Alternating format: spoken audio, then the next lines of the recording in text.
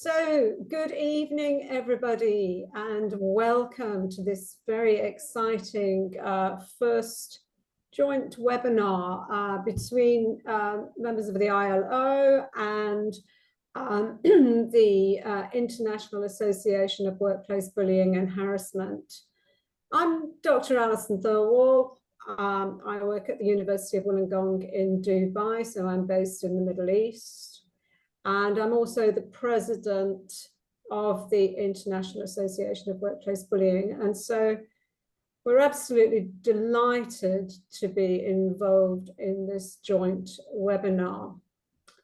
So the idea is that it's going to provide a global overview of violence and harassment in the world of work, based on key findings from the ILO-Lloyd's Register Foundation-Gallup report on experiences of violence and harassment at work in a global first survey. So you've probably all read this, and this is why you're here. But this is all terribly exciting. So we're going to listen to the interventions and the work that's being done on discrimination and occupational safety and health. So this is very exciting. And a different approach. And this all links to the C190 report. So I think our first speaker is going to go into that in a bit more detail. We're then going to have a discussion, and there's lots of opportunities for people to get involved. But just before we start, before I do the introductions, a little bit of housekeeping for everybody. There is translation available in French and Spanish. And we'd like to say a very big thank you to the ILO for funding the translation service. So hopefully everybody knows how to use this. There's a button at the bottom of the screen that you can press to change the language. Now, I understand we have people from all around the world, so we're sorry we can't do languages for everyone, but hopefully having French and Spanish as well will be very helpful for some people. Also, if you have questions, would you put them in the chat, please? I think the opportunity to speak has probably been taken away anyway. But yes, put your questions in the chat and then we will deal with them later on. All right, so, and whilst I'm at this point of introducing, I'm just about to do the introductions and just talk a little bit about the IAWBH as well. I just want to say a very big thank you to Loïc Lerouge, who has been involved in organizing this event. Loïc's a part of the International Association on Workplace Bullying and Harassment, and he created the International Chair in Comparative Studies on Occupational Health. Now, this is all based at the Bordeaux University of Bordeaux. And it's terribly exciting. And this is what has enabled us all to get together. Because what we're trying to do is link academics, practitioners, and other workplace stakeholders. And so it's because of this role that Loïc was actually able to bring everyone together. So that's why we're here now. So thank you very much. Merci beaucoup. It's probably the limit of my French, but thank you very much indeed, Loïc. It's really exciting. Okay, so we now move to the opening remarks and introduction. So I would like to hand over to Miss Emanuela Pozzan. She's the Senior Gender and Non-Discrimination Specialist within the Gender, Equality, Diversity and Inclusion branch at the International Labour Organization. So, Emanuela, can I hand over to you for your opening remarks, please? Thank you very much, Alison. And a warm welcome to all of you connected from different parts of the world. It's a pleasure for the International Labour Organization to be discussing and learning from all of you the topic of violence and harassment in the world of work. This conversation happens at the right time. We just ended the 16 Days of Activism, the global campaign, activism on violence and on acting against the violence against women and girls. And also we just celebrated the International Day on Human Rights yesterday. So it's a pleasure to be working with you, with the International Association on Workplace Bullying and Harassment, and very much to try to advance the discourse and prevent and eliminate violence and harassment in the world of work. As you know, the International Labour Organization in 2019, in June 2019, adopted an international treaty, which is Convention 190 on violence and harassment in the world of work, accompanied by a recommendation 206 that my colleagues will elaborate on a little bit. And since then, we have 36 countries that have ratified this convention, which is a very good success. And we know that there are plenty that are currently going through internal national discussions to see if they can ratify the convention. For us, it has been a challenge to actually try to fill the gap, the knowledge gap, the data gap on violence and harassment in the world of work. And it is for this reason that we have commissioned some research, and my colleagues will be elaborating on that. And we currently also have a project that is funded by the French government as well to conduct research on violence and harassment in the world of work. I will leave it to my colleagues who can be much of help in terms of highlighting some of the key findings that we have from the most latest survey that we did. And also looking at elaborating a little bit more on Convention 190 and its specificities, looking at non-discrimination, but also at occupational health and safety.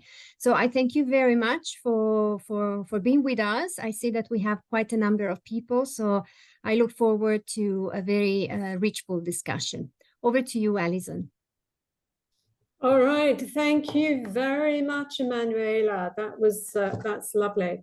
I'm just going to speak for a moment just about the International Association on Workplace Bullying and Harassment. I don't think I can share my screen though, but I can provide some details. Oh, thank you. I probably can now.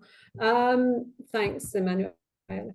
Okay, so this is just a shot from our website where we are advertising a conference next year. And just to give you some background, the International Association on Workplace Bullying and Harassment was developed in 2008 as an association of academics and practitioners. And prior to that, there had been groups of academics and practitioners meeting and going to different parts of the country and sharing research. So in 2008, there was a small body that decided it was the good time to be a proper organized association. So we now have the association, and it's been running for however many years, about 15, 16 years. And it has a large membership. And one of the important things we do is every 2 years, we have a conference in a different part of the world. So next year, it's going to be in Huddersfield. And the aim is very much like this event today, is to bring together the people who are researching, but also the people who are on the ground, working, trying to improve workplaces, making them safer, gaining greater understanding, and really sharing knowledge. And it's very, very much a two-way process with the practitioners advising the academics and vice versa. And so often, as I'm sure you're aware, there's not this big split between academics are over here and the practitioners are over there. There's very much an intermingling because, of course, people move in both directions. And we have some very, very well qualified practitioners as well. So it's very much a meeting of equal minds, and we learn a lot from each other. So that's really my little piece of information for you. We do also have a LinkedIn site, that a group where we have lots of information, so that people can keep in touch and keep sharing information. But I won't bring that up now. So really, that's just to say who we are. And we're always trying to push more knowledge, more research, more advice through our association. But it is a voluntary body. And so we're always keen to get more people involved. So I think that's enough. If anybody has any questions, we can deal with that later and send out some information. But I think now it's probably time to move on to the main part of the event.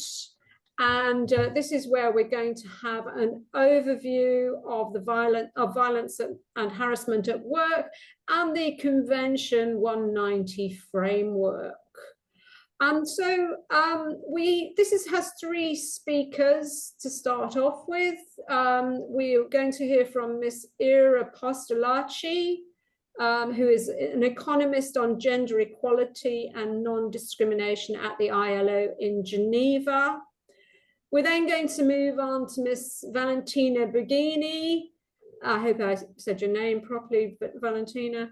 And she is the legal specialist on violence, harassment, and non-discrimination at the ILO in Geneva. And then we're going to hear about, Valentina was going to talk about discrimination.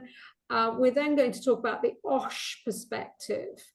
And this is in the context of the Convention 190. And this is from Ana Catalina Ramirez. And she also works at the ILO, and she's the technical specialist on occupational health and safety. So if I can hand over to you, Ira, that would be great. We will follow this session with some discussions, but we'll have the presentations first and then move on to the discussions. All right, thank you very much.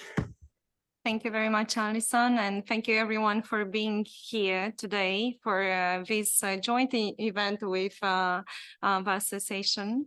I will share a few facts of one of our report that has been launched one year exactly ago.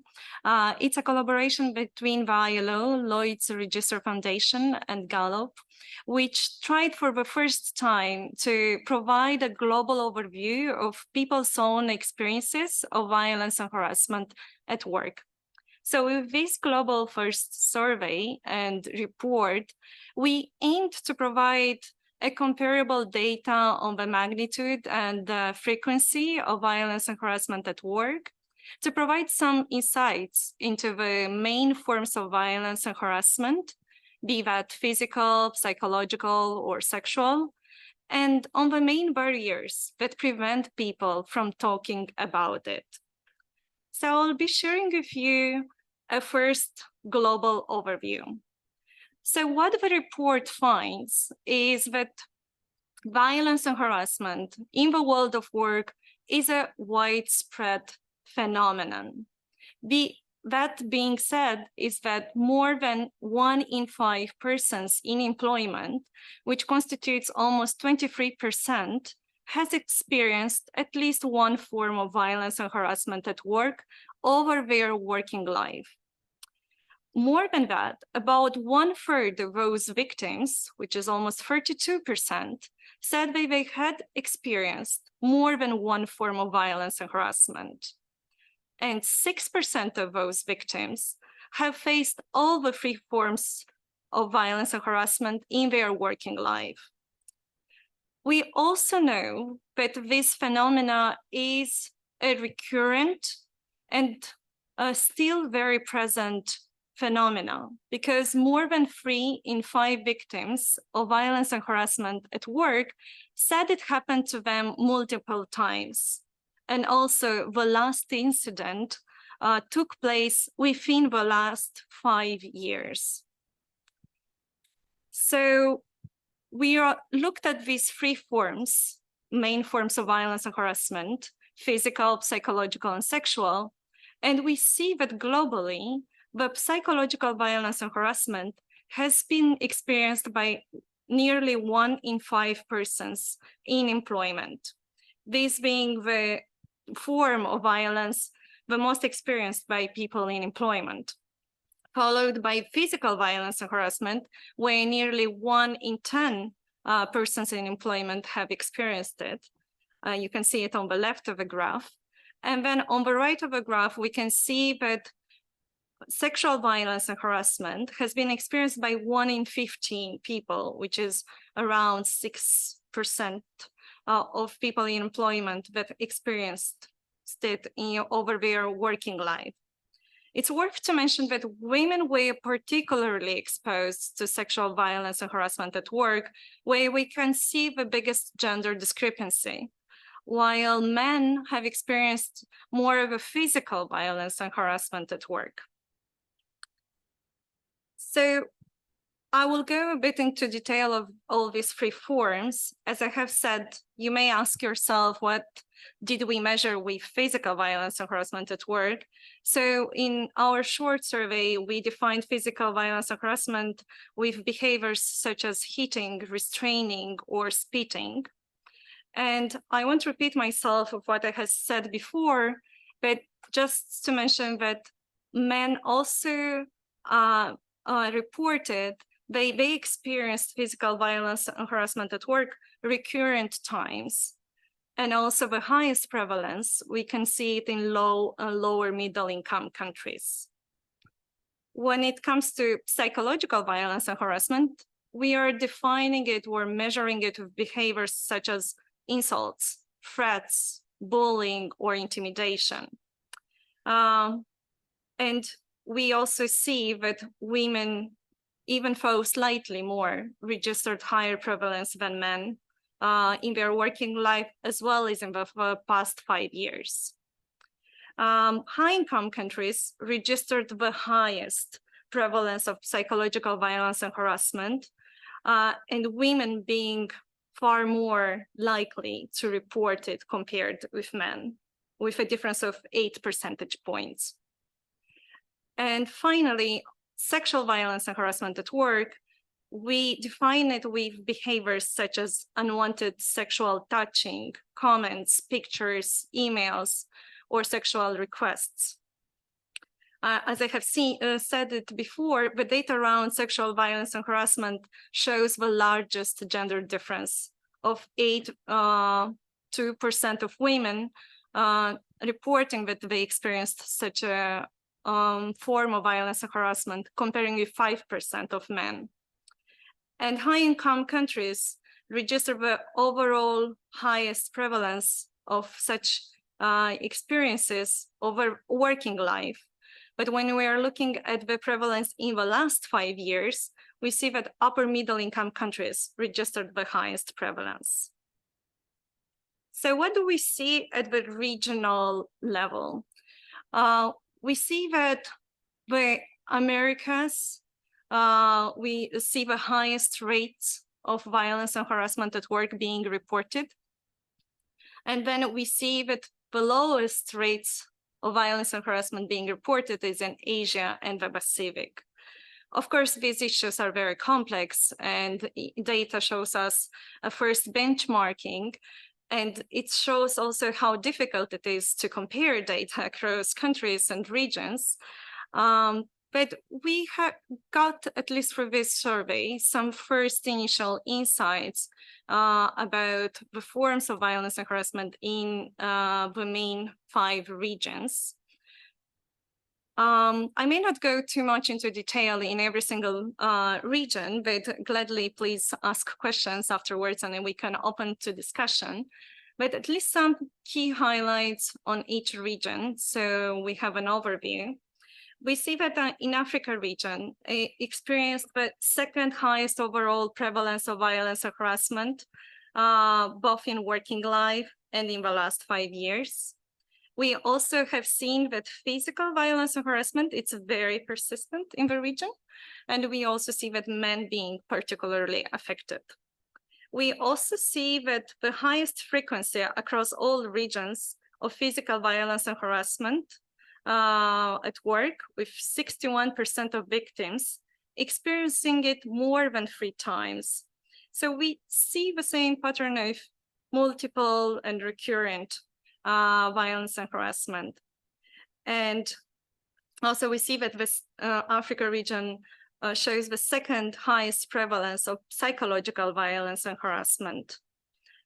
When moving to Americas region, the form of violence and harassment is the psychological violence and harassment is very high, as well as it experiences the second highest prevalence of physical violence and harassment. And also it records the highest prevalence of sexual violence and harassment. So before I'm going, I think there are lots of numbers, but just these are a few examples, and gladly we go more in detail into the discussions for the regions.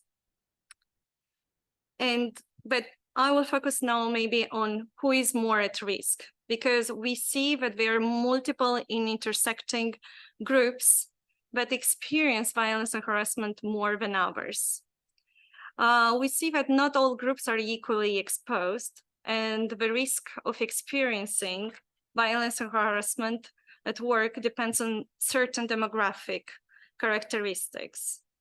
So for instance, youth, migrant workers, and women in employment were the most hit by such experiences. For instance, young women were twice as likely as young men to have experienced sexual violence and harassment. Migrant women were almost twice as likely as non-migrant women to report sexual violence and harassment. Persons affected by discrimination based on gender or disability status, nationality or ethnicity, skin color, or religion were more likely to have experienced violence and harassment at work than those who didn't experience or face such discriminations.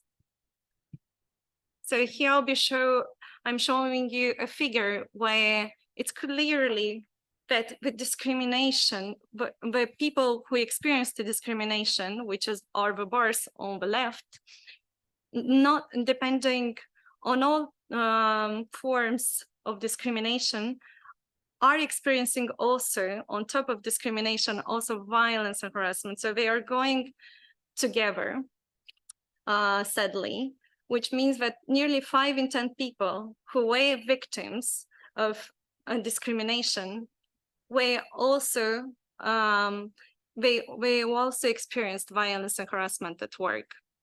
And we also see that the discrimination based on gender has been particularly high.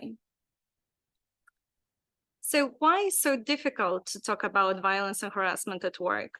Also, why is it so difficult to measure it? It's explained somehow because it's also difficult to talk about these experiences. We see that only slightly more than half of victims have shared their experience with someone, and often only after they have experienced it more than one form of violence and harassment. Also, people are more likely to tell friends or family rather than using informal or formal channels. Interestingly, women victims are more likely to share such harmful experiences with others than men, that they are 60% of women versus 50% of men victims reporting that. That's also what I'm saying, why women and men are not telling about their experience of violence and harassment at work. And among survey respondents, waste of time and fear for their reputation were the most common barriers that discouraged people from talking about their own experiences of violence and harassment. And we also see that 85% of victims did tell to some friends or family members or to co-workers. So the report also makes a range of recommendations that mainly looks at, it puts forward 5 main recommendations. First of all, of course, as we have seen, it's very difficult to have a common framework to measure and collect data. So regular collection of robust data on violence and harassment at work would help greatly to inform prevention and remediation of laws and mechanisms, policies and programs, research and advocacy. This is crucial. Extend and update mechanisms to effectively prevent and manage violence and harassment in the world of work, including through labor inspection systems and occupational safety and health policies and programs would be important. Rights-based framework for prevention and elimination of violence and harassment grounded on decent work and the elimination of inequalities will be another recommendation. And then what we are doing also today, increase awareness on violence and harassment at work to say what is social stigma and attitudes, to change perceptions and behaviors that perpetuate violence and harassment in all its forms. And finally, enhance the capacity of institutions at all levels to deliver effective prevention, remediation, and support to build people's trust in justice and ensure victims are supported.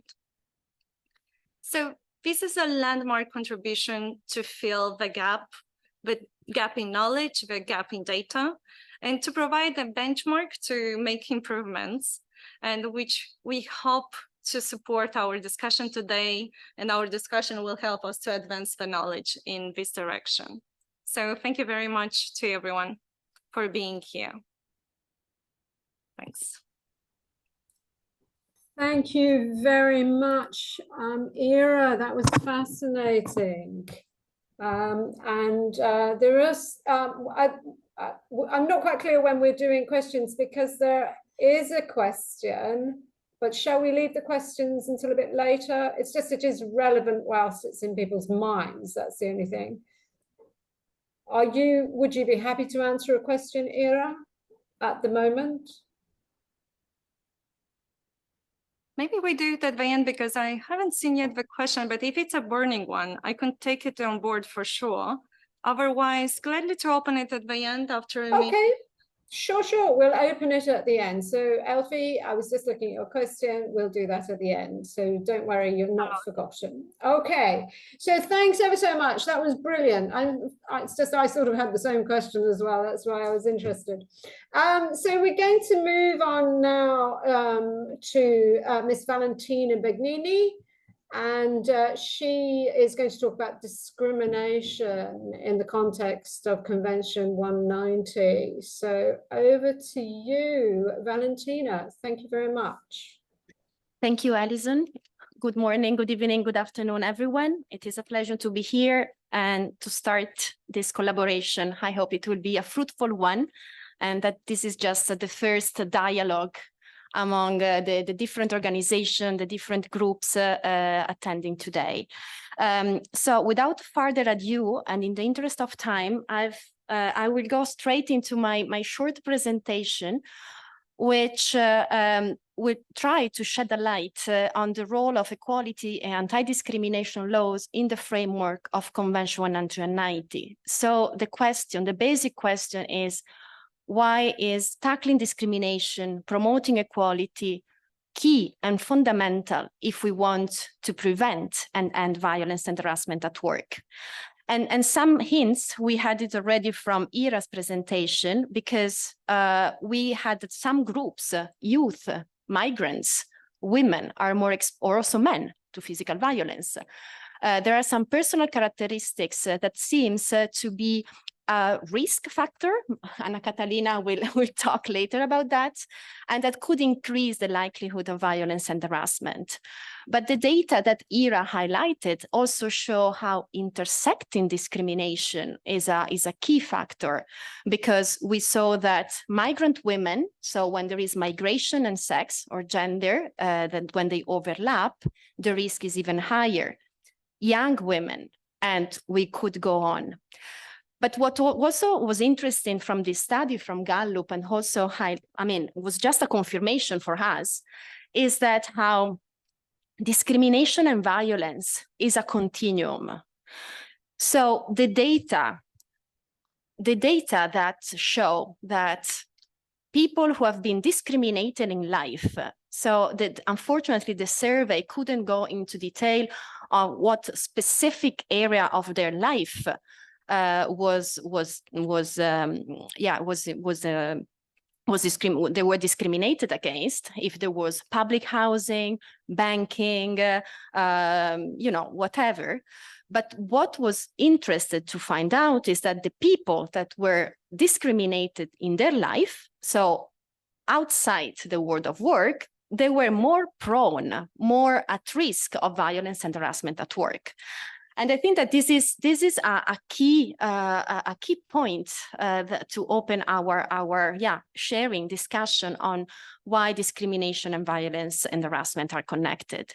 So discrimination is not only a manifestation, and we could talk about sexual harassment, gender-based violence and harassment, but also racial harassment, harassment based on any other discriminatory grounds.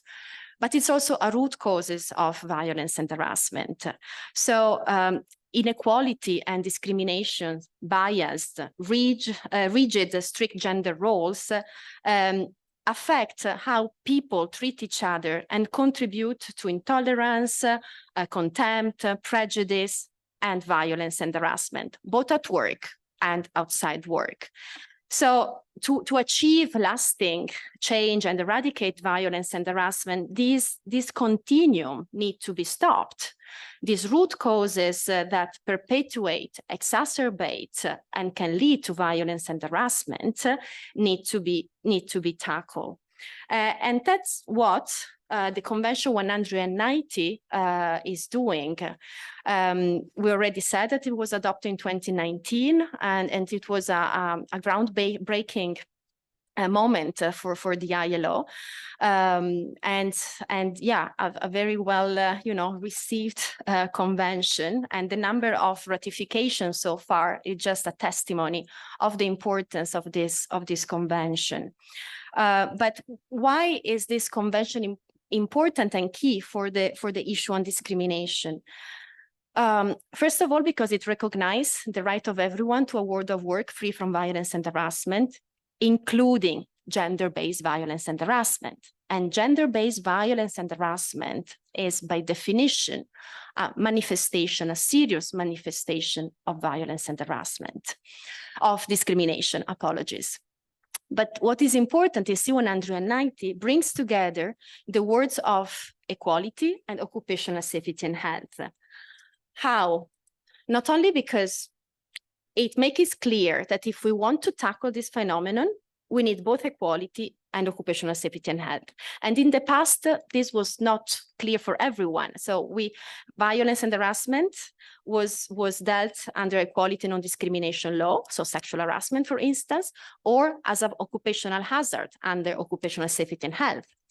Convention 190 say that we need both, but also these two words need to be integrated. So in particular, occupational safety and health need to recognize discrimination as a risk factor, and Catalina will talk about that. But what is important is also that this convention recognizes that all forms of violence and harassment, including discrimination-based ones, can be prevented. So this is one of the key message of this important convention. Other feature that highlight the compenetrating role of discrimination and equality laws is that the convention recognized that we cannot have a one-fits-all solution. So we need to not only take into account the groups because they might have different characteristics, but also occupations. And we know that one of the manifestations of discrimination in the world of work is also occupational segregation. So how this relates, this is what the convention put forward and calls member states to design specific measures for the specific sectors. Work arrangement as well. Accessibility has a core element, and we know how accessibility is important, particularly to tackle discrimination towards people with disabilities, and then the linkages with domestic violence. And here we go back to the linkages between discrimination in life and the world of work. So this is another key element. But how the convention recognize and you know what are the measures that the convention put forward to tackle discrimination? First and foremost, it calls for a rights-based framework. Okay, it said that we cannot prevent and end violence and harassment if all the fundamental principles and rights at work are not promoted, respected, and realized. And I know that we have a lot of labor law professor here and OSH practitioner, that among the 5 fundamental principal rights at work, we have indeed equality and non-discrimination, and we have safety and health working environment. So these conventions really create this link between the fundamental principle and right at work. And I mean, for the part that I'm talking in particular from the right to equality and non-discrimination and violence and harassment. What does it mean in practice? That also the relevant convention on equality, so the right to Convention 111 on discrimination on employment and occupation, and the right to equal pay for work of equal value, Convention 100, the other fundamental convention on equality, need to be promoted hand in hand. I will go quickly. And how? By adopting an inclusive, integrated, and gender-responsive approach. We don't have time to go into all this detail, but just to highlight that the inclusive is because the personal scope of protection of this convention is very broad. So it does not cover only employees, but everyone, every workers in the world of work, regardless of their contractual status. It also covers informal economy, it covers jobs applicant. So before entering the actual labor market or the employment status, it covers third parties as both perpetrators and victims, person in trainings, and it covers also employers as a physical person. Integrated because, as I said before, we need equality is not enough, anti-discrimination. OSH is fundamental, but it's not enough. We need both, but we also need migration law, we need criminal law, we need collective agreement. So all the different branches of legislation and regulation dealing with the world of work need to do their part in creating this conducive environment towards the full prevention of violence and harassment. And gender responsive. Why gender responsive? Not only because gender-based violence is included, but because we need to tackle the root causes. So we need to understand that both men and women have different needs, and we saw it before. Men are more exposed to physical, women to sexual. So how we design effective measures to prevent those forms of violence and harassment, taking into account the different needs of women and men, but also gender responsive in the sense to tackle the underpinning elements of discrimination. These are the 3 pillars: prevention, protection, enforcement and remedies, and guidance and training. Okay, and just quickly, how this anti-discrimination elements is spread out or mainstream throughout the convention. First of all, because as I said before, it calls for member states to promote equality, particularly towards groups more exposed, as one of the first key measures to prevent and address violence and harassment. It calls for transformative prevention activities, so discrimination to be taken into account in the OSH management system. It calls about appropriate and effective report and dispute resolution mechanism. And we saw in the survey that the fact that people are not speaking up is a barrier. So how dispute resolution mechanism, reporting mechanism can be more gender responsive, can create an environment that people feel safe to speak up.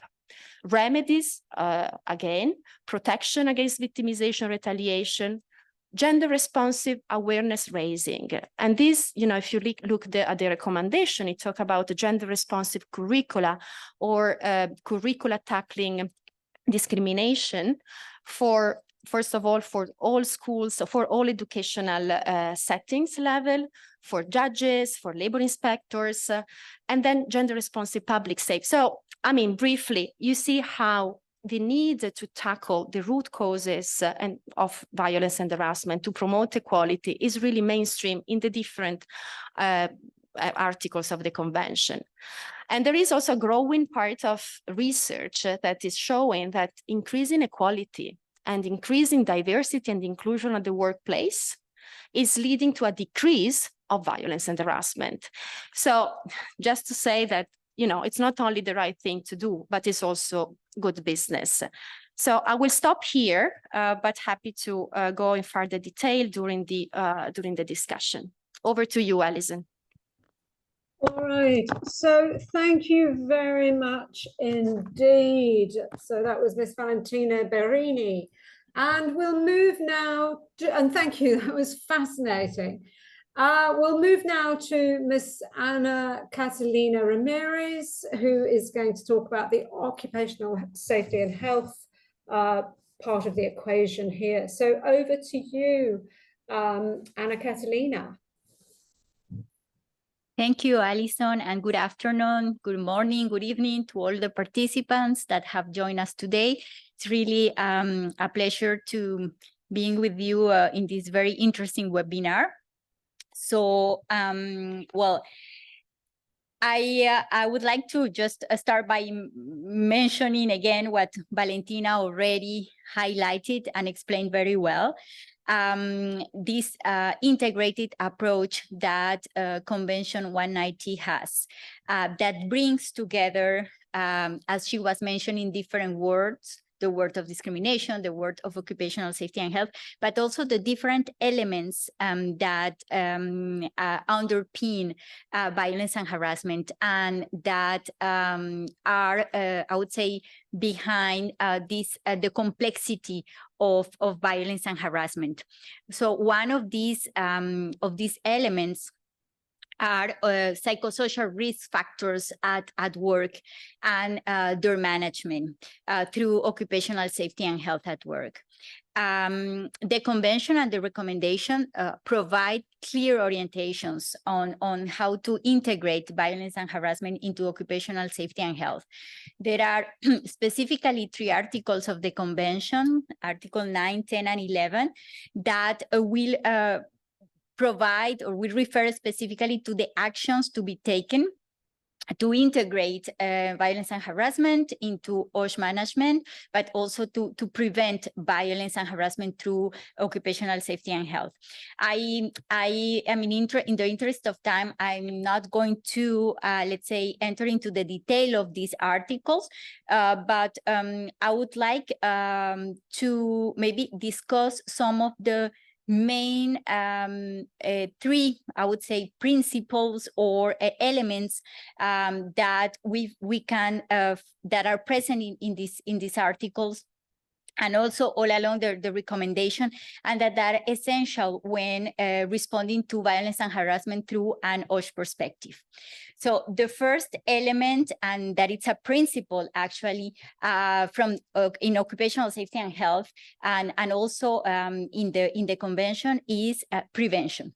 So the integrated approach that Valentina was mentioning that requires this comprehensive strategy in order to really prevent and measure and combat violence and harassment, includes measures to prevent the associated psychosocial risk factors that are related to work stress and that are in certain way strongly related to violence and harassment as an outcome.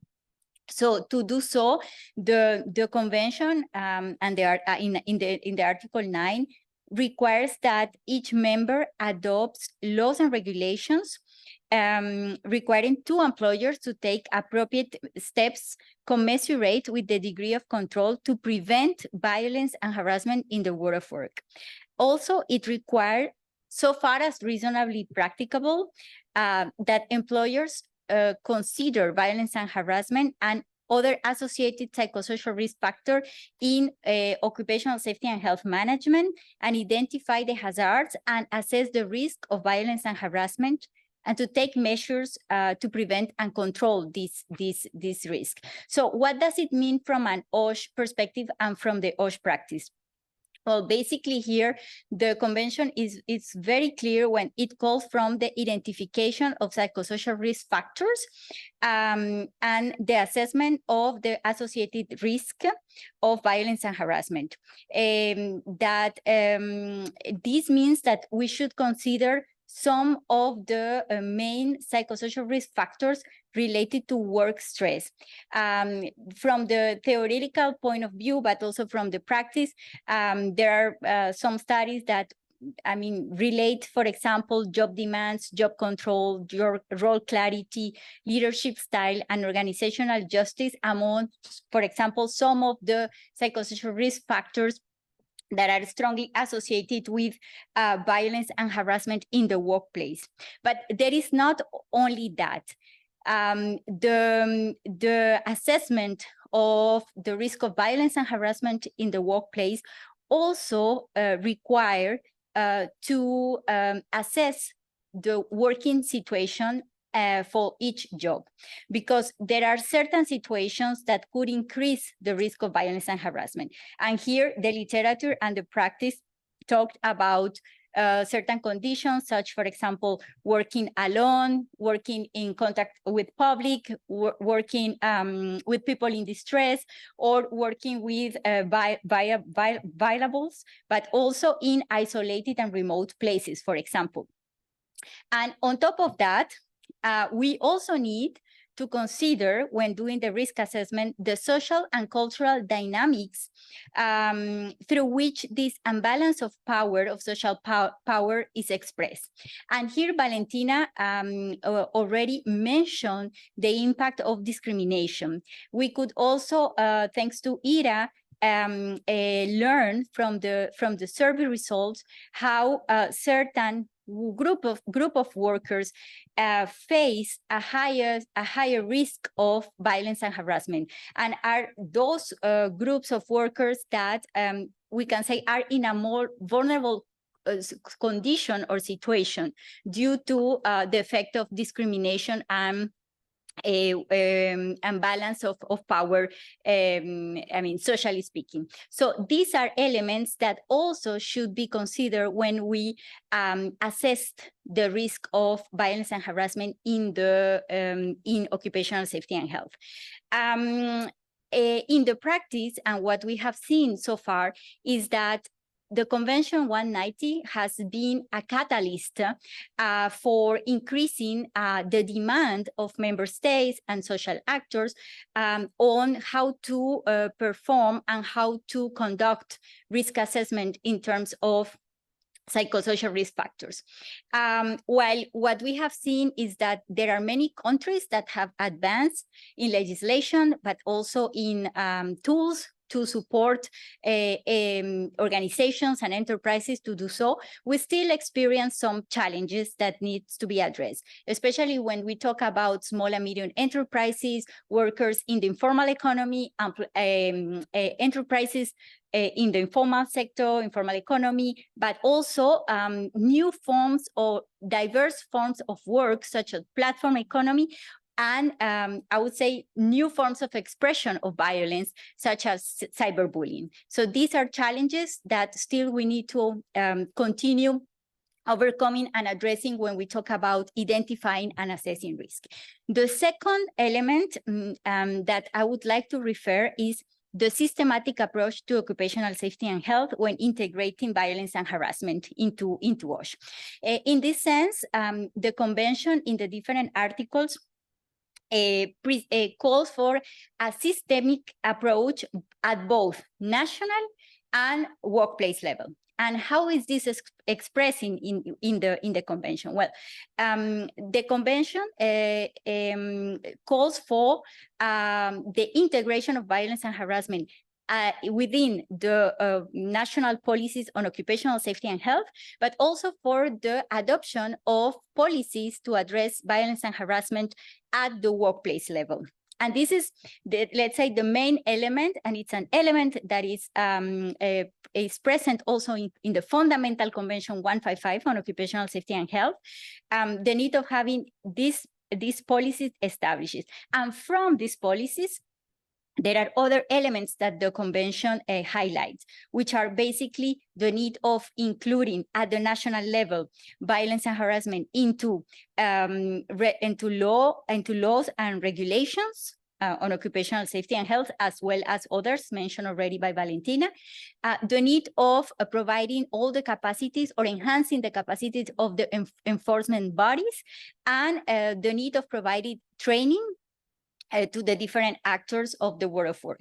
These are elements that we also find when we talk about the national OSH systems, that it's a concept that we have in Fundamental Convention 187. At the workplace level, the Article 9, I would say, take all the concepts of what we call occupational safety and health management systems at the workplace, which is this idea of having a policy, planning according, identifying risks and hazards and assessing the risk, and taking the necessary control measures, plus providing information and training. So here we find all these principles that actually are the principles of the, I would say, modern occupational safety and health systems that are embedded into the different actions that the conventions calls for when integrating violence and harassment into occupational safety and health. And the last element and principle that I would like to highlight that is very important from the occupational safety and health point of view, and it's expressed all along the convention and recommendation, is the participation and consultation with workers and employers organizations when integrating violence and harassment into the different national policies, but also at the workplace level.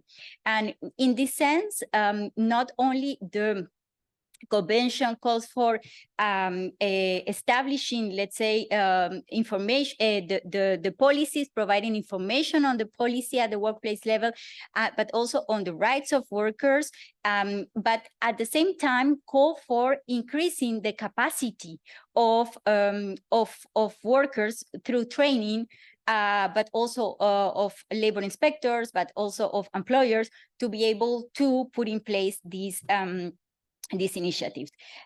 In terms of certain challenges, I would like, and also opportunities, I would like to refer to the need of continue supporting the integration of these elements into the national OSH systems at in the different countries, but also to increase the capacity of social actors to implement at the workplace level the different policies and regulations that are related with mental health, but also to violence and harassment from a more specific perspective. Thank you very much, Alison. Thank you very much indeed, Ana Catalina Ramirez. That was excellent. So I'd like to thank the three ladies from the ILO in Geneva. Thank you very much indeed for a really fascinating set of presentations. I'm just conscious of the time because we need to move on to the discussion and reactions. And this is from members of the International Association on Workplace Bullying and Harassment. Now, you three are in Switzerland together, which is lovely. Our next speakers are opposite sides of the world. So first of all, we have Dr. Susan Johnson. She is an associate professor at the School of Nursing in the University of Washington. And she's joining us from Alaska. So it's very early in the morning for her. So I'll hand over to Susan, and then after that we will have Dr. Allison Ballard. She's in Australia, but I'll introduce her separately in a moment. So Susan, over to you. Thank you, Alison, and thank you to the International Labor Organization for putting together this wonderful report. Apologies if my voice is hoarse or if I have coughing. I'm on the tail end of COVID infection. So, and it's early in the morning, as Allison said, so I have not used my voice much. So there was a question in the chat, which is another point I wanted to also bring up, that we do have to look at these results, especially in terms of psychological violence, with a little bit of caution, because how the participants would answer would be based on their interpretation of psychological violence. In the slide, it said that it's defined as insults, threats, bullying, or intimidation. And we who have done research in workplace bullying acknowledge, excuse me, that workplace bullying can often manifest very subtly, and so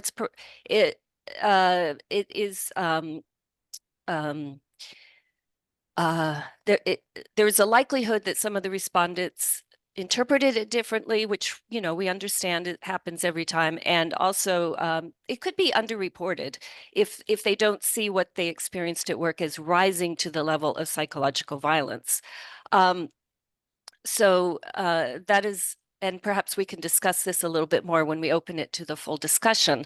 One thing that I found really interesting in the results, which I think needs to be highlighted, is the repeated trauma of psychological violence.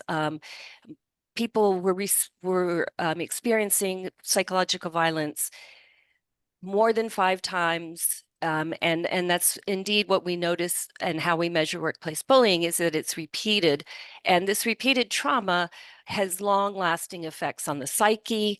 The other thing is, not only does it impact the health, but there are, my research is mainly in the world of health sector, particularly nursing. And we have done a lot of studies that have shown that it really impacts patient care.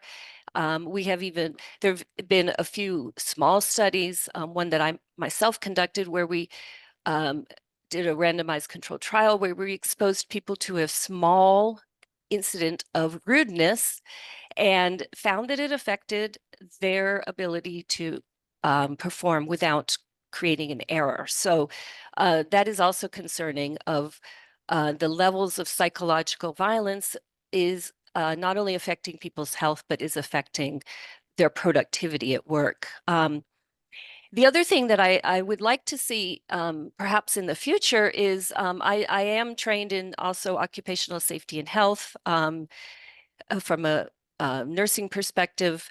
And I'm always interested in the intersectionality of psychological violence and other occupational safety issues.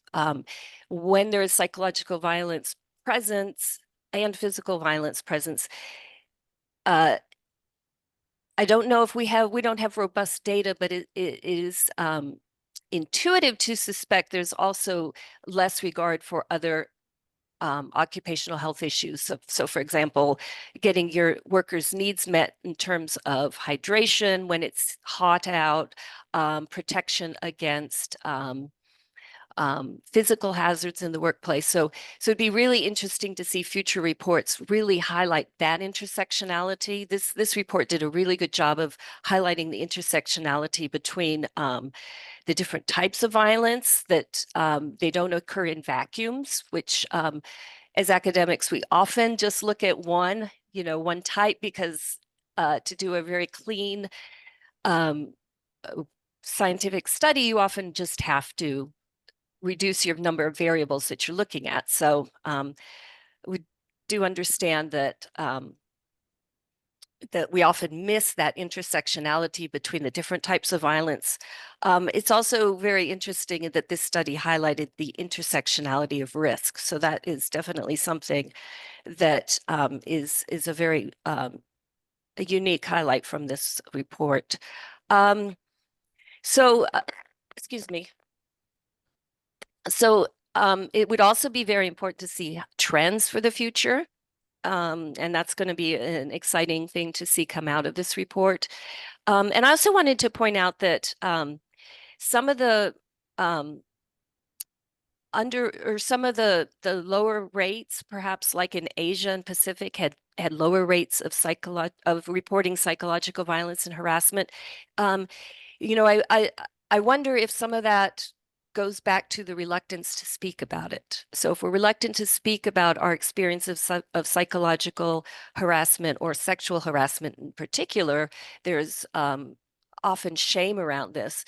So if we're reluctant to speak about it to other people in our lives, are we also reluctant to report it to researchers? And it's not necessarily a conscious decision. So sometimes people repress these things. And so if they haven't spoken about it, they haven't thought about it, they've put it back in the recesses of their brain, are they less likely when someone asks a question to report it? So it'd be really interesting to see in countries where people are less likely to speak about it, are the reported rates lower? And then finally, before I turn it over to Allison Ballard, I would like to also point out that when we look at these geographical areas, so for example, I'm in the United States of America, and as the report pointed out, the rates are higher of violence in this region. I would like to point out it is a vast region, which includes some very culturally different places. Certainly the United States has not done a good job of addressing violence and psychological violence and sexual harassment, although we have been very vocal about speaking out about sexual harassment. Canada has a different culture than we do. There's a lot more being done in Canada. And then you have the Central and South Americas, where there is a lot of just general violence and danger in many of these countries on a day-to-day basis. So there is some caution when looking at these numbers and looking at these vast geographical regions that there's different cultures, there's different economic levels that have been lumped together there. But in total, I applaud the ILO for putting together this very good report. So I will now turn it back over to Alison, and thank you for the opportunity to speak. Thank you very much, Susan Johnson. That was very interesting, and it picked up on many of the points that have been made in the questions. So we'll now go, so thank you, now go to the opposite side of the world and say hello to Dr. Allison Ballard in Canberra. So thank you very much for staying up so late, and over to you for your comments. Thank you, Alison, for your kind introduction. Firstly, I'd like to acknowledge the traditional owners of the lands from where I'm speaking, Canberra, Australia, the Ngunnawal people. I would also like to thank the International Labour Organisation and the International Association on Workplace Bullying and Harassment, IAWBH, for organising this joint webinar to discuss the findings of the ILO-Lloyd's Register Foundation Foundation-Gallup survey. I'd also like to thank Loïc Lerouge for his work and commitment in organising the webinar, Emanuela Pozzan, Ira Postolacci, Valentina Begini, and Anna Catalina Ramirez from the ILO, as well as Alison Thirlwall and Susan Johnson from the IAWBH for their presentations and discussions. A big thank you also to everyone who is attending.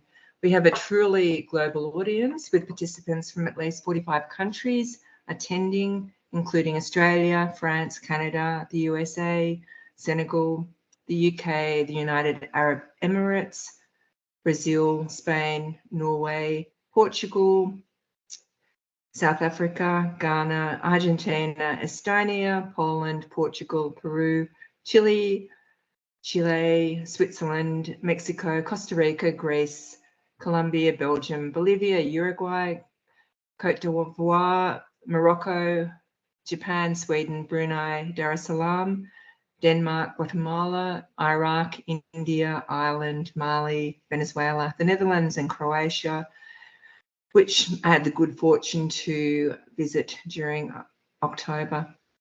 The diversity of nations that we have attending indicates that workplace violence, including workplace bullying and sexual and other harassment and discrimination, is truly an international problem.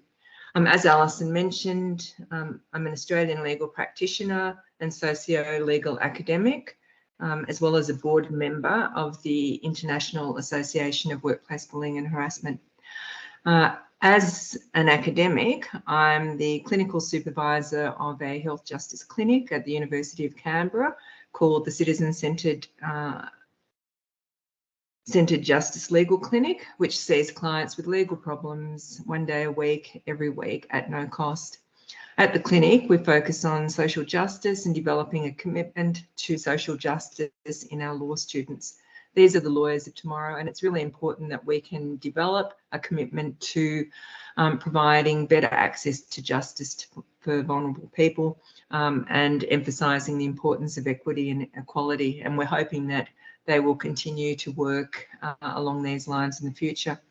We see many vulnerable clients at the clinic, including many international students and workers from all over the world who have been exposed to different forms of workplace violence, including harassment and discrimination and wage theft, as well as those with social problems in relation to housing and problems with government bureaucracies in relation to a range of issues. We hear traumatic stories from our clients. The experience of the clinic emphasises the importance of working closely with health practitioners who are able to identify their patients and within their patients, those who have some sort of legal problem that they need assistance with, because they're looking at things from a holistic perspective. Health outcomes can be improved when health practitioners are working with lawyers to try and improve those. People will often tell their doctors and their other health practitioners about bad workplace experiences that they have before they tell a lawyer, and they may well never ever tell a lawyer about those issues. Coming to the survey, this first global survey by the ILO into the experiences of violence and harassment at work is so important. So it provides for the first time ever an international baseline of understanding about how large the experiences of violence and harassment at work are. The researchers and the authors, the ILO, Lloyd's Register Foundation and Gallup are all to be commended on this work. It's valuable work and it needs to be repeated. As Susan suggested, the survey is a great beginning. It paves the way for further research, analysis, and the need for more work, particularly in some of those regions where, for various reasons, the data set is incomplete. Having a better picture of how violence and harassment affects work is an important step towards eliminating it, as called for by the international community when the ILO Violence and Harassment Convention number 190 and recommendation 2006 were introduced in 2019. Convention number 190 codifies violence and harassment as an issue of equality and occupational health and safety. It's the first international labour standard to address violence and harassment in the world of work. Together with Recommendation 2206, the Convention provides a common framework for action and a unique opportunity to shape the future of work based on dignity and respect. The right to a healthy and safe working environment is a fundamental principle and right at work. Health and safety at work is inextricably linked to ensuring that workplaces are free of violence and harassment. This was a recurrent theme at the recent 23rd World Congress on Safety and Health at Work, which was held in Sydney, Australia in November 2023. The Convention also provides the first internationally agreed definition of workplace violence and harassment in the world of work, including gender-based violence, understood as a range of unacceptable behaviours and practices that aim at or result in or are likely to result in physical, psychological, sexual or economic harm. This definition protects everyone in the world of work, including interns and apprentices and persons who exercise the duties or authority of the employer, and it covers both the private and the public sectors, the formal and the informal economies, as well as urban and rural areas. Returning to the survey confirms that workplace violence and harassment is rife across the globe. We already knew this was the case in Australia, including because of repeated surveys that have been conducted by the Australian Human Rights Commission over a number of years. Most recently in 2020, the Commission's Respect at Work Sexual Harassment National Inquiry Report again confirmed disappointingly high rates of workplace violence and harassment. The Commission's 2018 report showed that sexual harassment in Australian workplaces is widespread and pervasive, with 1 in 3 people reporting sexual harassment at work in the last 5 years. That's a significant number. Women, people with a disability, First Nations people are all particularly at risk of these negative workplace behaviours. These high levels exist throughout Australia, despite the fact that Australia has a zero tolerance approach to violence and harassment at work, and it's had general and specific laws and other mechanisms in place at national, state and territory levels for many years in order to try and address these issues. Our national race discrimination legislation was introduced in 1975, so that's almost 50 years ago. Our sexual discrimination national law was introduced in 1984, and our Disability Discrimination Act in 1992. Australia's novel anti-bullying legislation was introduced into the National Industrial Relations Law in 2011, and we've had really good occupational health and safety laws in place across the country for a long time. In addition, on a positive note, there's been an increased focus on addressing the workplace psychosocial hazards, which underpin a lot of the workplace violence that we see not only in Australia but also across the world. These hazards were the subject of new codes of practice that were introduced in the state of New South Wales in Australia in 2021, and more recently by the national work health and safety body Safe Work Australia in 2022. These codes of practice touch on the sorts of issues that Anna raised, including inadequate training, poor procedural justice at work, sexual harassment, job design, inadequate resources in order to do your job, a lack of role clarity, lack of job clarity, and workplace violence. Again, these things are all inextricably linked, and as a practitioner, I see many of these factors at work in cases of workplace violence and harassment.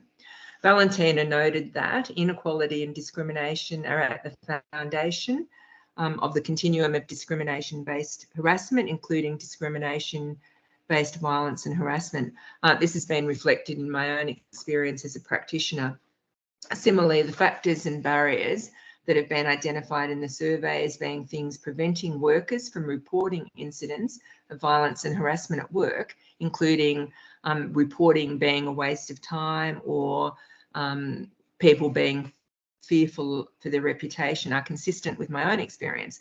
However, at least in Australia, feelings of shame and fear of retribution and retaliation tend to be much more common and are often presented as the reasons why people don't actually complain. ignorance of the law and ignorance of rights, I think, is also a key issue. The key recommendations that have arisen from the ILO-Gallup Global Survey include a range of things, as including obtaining more and better data, and that's a key reason why the survey needs to be repeated. Increasing awareness on the part of probably both targets and the perpetrators, of workplace violence and harassment, but also on the part of employers and persons that are conducting a business or undertaking. Prevention measures, tackling things like the shame and the stigma and the discrimination that surrounds workplace violence and the reporting of workplace violence, ensuring access to justice and strengthening support services are all really good approaches to trying to tackle and ideally prevent workplace violence from happening. And also, I think, a good point to end on. So thank you very much for listening. And thanks for the ILO and the IAWBH for this webinar. So there's a really good question that came up earlier from Dr. Elfie Bailin. And she was asking about how you collected the data. So is there information about how the behaviours were measured? And what sort of cultural aspects might have affected the numbers? So, and she said this might be based on the measurement methods applied. So are you able to tell us a bit more about the methodology and the data collection, please? Thanks, Alison, and thanks to everyone for these fascinating questions. And I think they're very well received, because I think I went very straight into the results, but there are many methodological issues that I haven't touched at all for the sake of time and information, but they are very relevant. And I think it's an issue so complex and, you know, so sensible as well. And it depends very much, as well noted by many of you, on cultural differences. But one single measurement, it's not yet there to capture to the full extent this phenomenon. But a little bit more details about the methodology we are using in this survey. There is more information and into far more detail on the website. I will share the link with everyone on the technical note of the report, which goes really into detail of how the survey has been conducted and the methodology. But maybe very shortly, in few words, is to say that the interviews were conducted in 2021 with nearly 125,000 individuals aged 15 years or older in 121 countries and territories, using a probability-based random sampling to ensure nationally representative data and results. What we are reporting here today as findings are focusing exclusively on people in employment, which means almost 74,000 of persons in employment. Now, how are we measuring? And this is a very good question. There are different methodologies and for different reasons. This one, in this case, because it was part of a bigger survey, we focused on a short survey, which focused on violence and harassment at work. And in order to minimize these cultural differences, we had very simple dichotomous yes or no answer questions, which they were tested cognitively in different countries. And also there was, Valentina may go more into detail because she has been throughout the full process of collecting the data as well, but there was authorization from countries in order to conduct the survey. But I think it's very important to say that on the methodology side, this is a self-labeling approach, which means that the respondents were asked directly, do they think that they've been exposed or do they experience these forms of violence and harassment? So there are, of course, some advantages of this methodology because it provides you a synthetic information in a short, some survey questionnaire. But at the same time, of course, there are other disadvantages, such as, of course, as all mentioned already before, it depends on respondent interpretation, what actions or behaviors are under this broader concept. Also, not everyone will recognize those experiences or will be traumatized, will be silent. We already see only from the survey results that only half of the people have reported to either friends or colleagues. And half never reported before. So half of the respondents in this survey reported for the very first time. So I think these are important, of course, challenges, methodological challenges. And we are working towards developing now other tools and methodologies, which more take into account the behavioral based approach, that they are questionnaires on behaviors. And we adapted to cultural contexts. But indeed, this is ongoing work. This is a benchmark work, but we are working towards refining those methodologies, working towards standardizing some methodologies or ways of collecting data. We are doing first country in-depth pilot surveys. So glad to answer to more questions, but just to say that that technical note of the report contains much more information on that. It includes also all the countries that have been where the survey has been conducted for further details, because I saw some questions related to that. I'll put it in the chat and glad to reply to any other question. Thanks. And I will hand over to my colleagues for other questions. All right, that's lovely. Thank you very much, Ira. There are some questions in other languages, so I'm not going to pretend I can really read Spanish very well, or French that well. So if you would like to do some of the questions that are in your own languages, that would be very, very helpful. Please.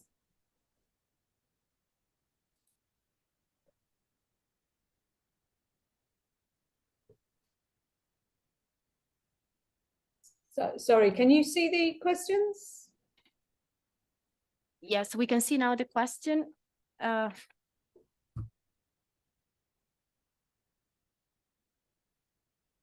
Just give us one second, because there are many. Well, there are quite a lot. Okay, well, if while you're looking, if I can just say, there was a question from Adaiza. It said, hello, I'm interested in which countries in Africa and Arab Arabia did the data come from? I'm sorry if I said the name wrongly there.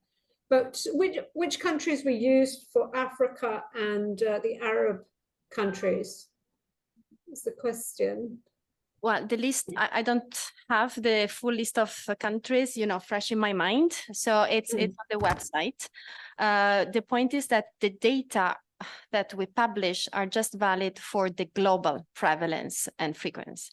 So, so the data available per country, should not be taken as country level data, if this is clear.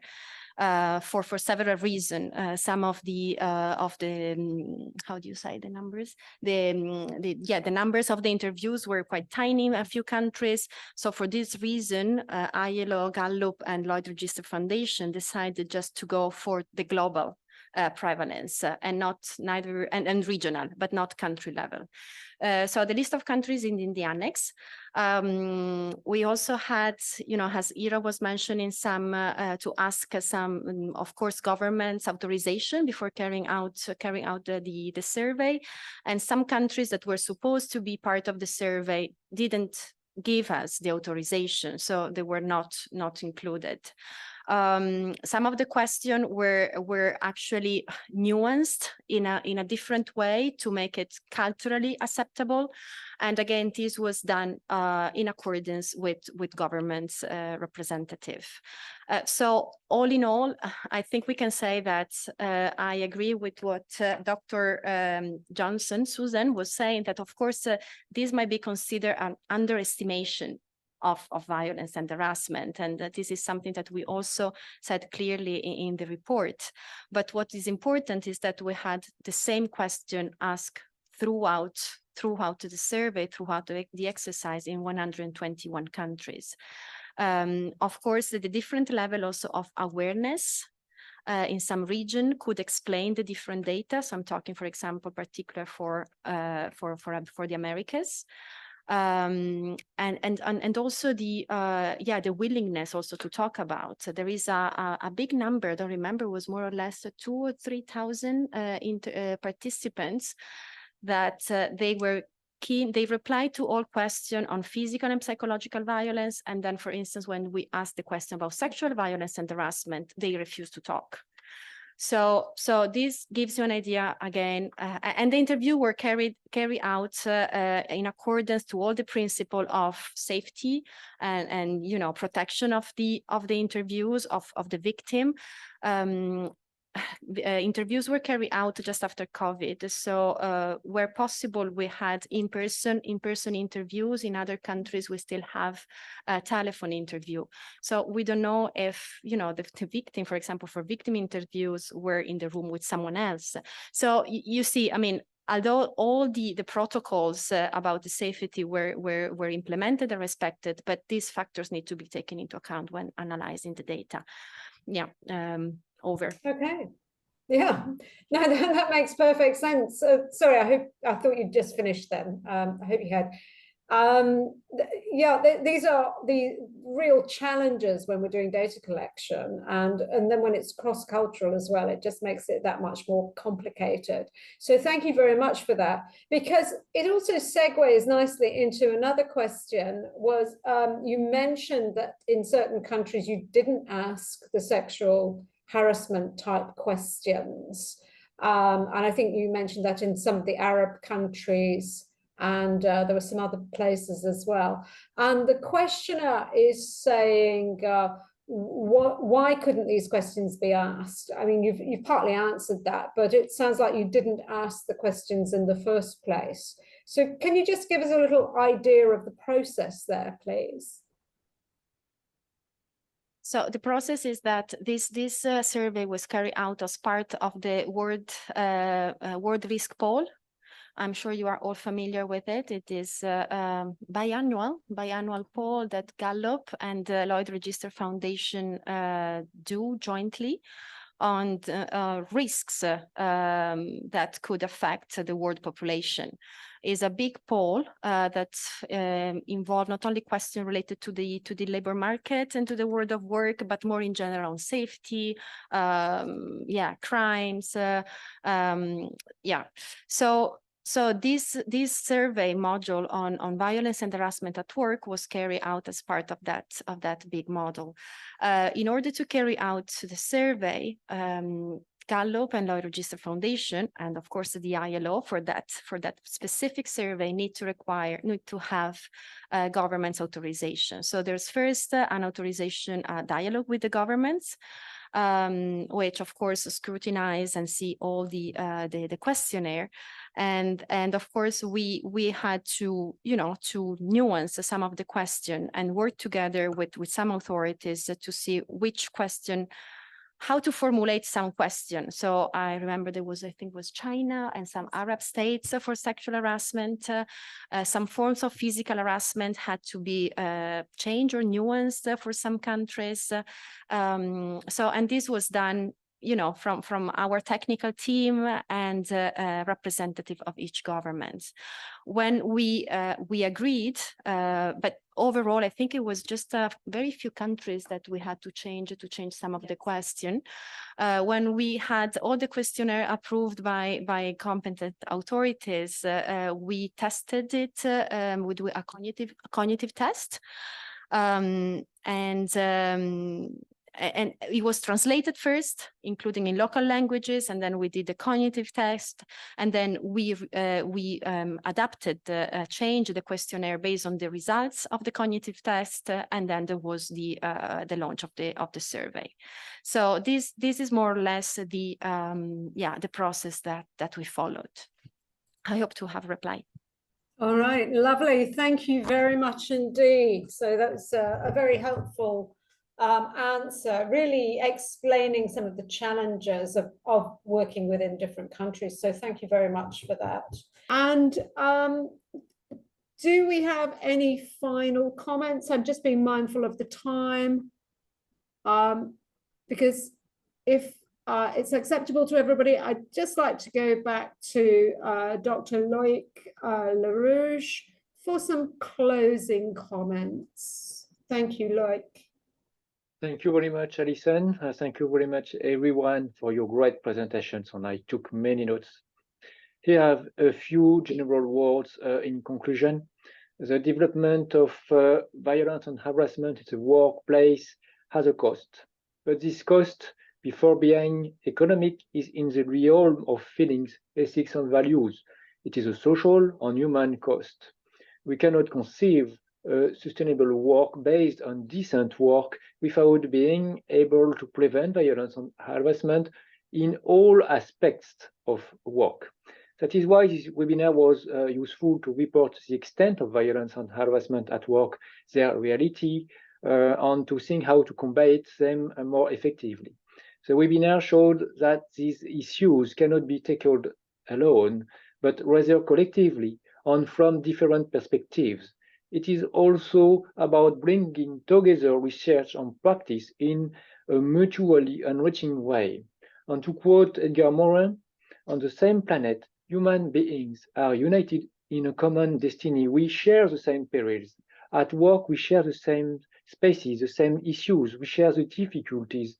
We are living together, and this reality should therefore generate a collective awareness, bind us together and create solidarity. Yet we are constantly individualizing labor relations, increasing competitions, establishments and workers against each other. Is this really effective? Is it really useful? Do we respect each other here? This individualization, the excessive competition breaks up work collectives. It is a breeding ground for violence and harassment and puts an end to social support. A poorly controlled working atmosphere not only affects people in vulnerable situations, but also those who are less vulnerable. Everyone is affected. Restoring a working community and rebuilding spaces for social supports and dialogue are one of the keys for breaking the cycle of violence and harassment. The law has a role to play in establishing a framework within which to insert policies that move in this direction. Ethics are also essential to promote social acceptance of these policies, but also to ask the right questions in the face of current societal developments and redefine the role of and place of work in our society and for the individual who make it up. The aim is to get better understanding of the change which are taking place, to refer again to dignity at work and in labor law, to question what is the role of work regarding violence and harassment. Building again, rebuilding, re-expressing solidarity is a common objective to be achieved. To this end, Convention 190 is a wonderful instrument that provides a starting point for building policies to combat violence and harassment in the workplace. Thank you for your attention. All right, thank you very much, Loïc, for those closing words. So now I think all that's left to do is just to say thank you very much to all of the speakers. Thank you to the team in Geneva for all of your amazing work. And it's, you know, just so good for all of us. And the more we can work together, the more benefit I think we can bring, because what you're doing just fits so beautifully with what we've been doing as well. It's just you have that, you know, wider overview. So as Dr. Susan said, you know, we have to pick little parts, whereas you're able to do the international surveys and things that we can't possibly do. So thank you so much. And thank you to Dr. Loïc for all of his bringing things together, and in particular to Miss Ira as well for being involved in all the organisation. Thank you to Alison and Susan as well for getting up early and staying up late. So we'll say goodbye now. Thanks to everybody. Take care, and hopefully we'll all be in touch again soon. So thank you very much. Okay, bye-bye. Thank you so much, everyone. Thank you. Bye. It was a pleasure. Thank you. Bye-bye.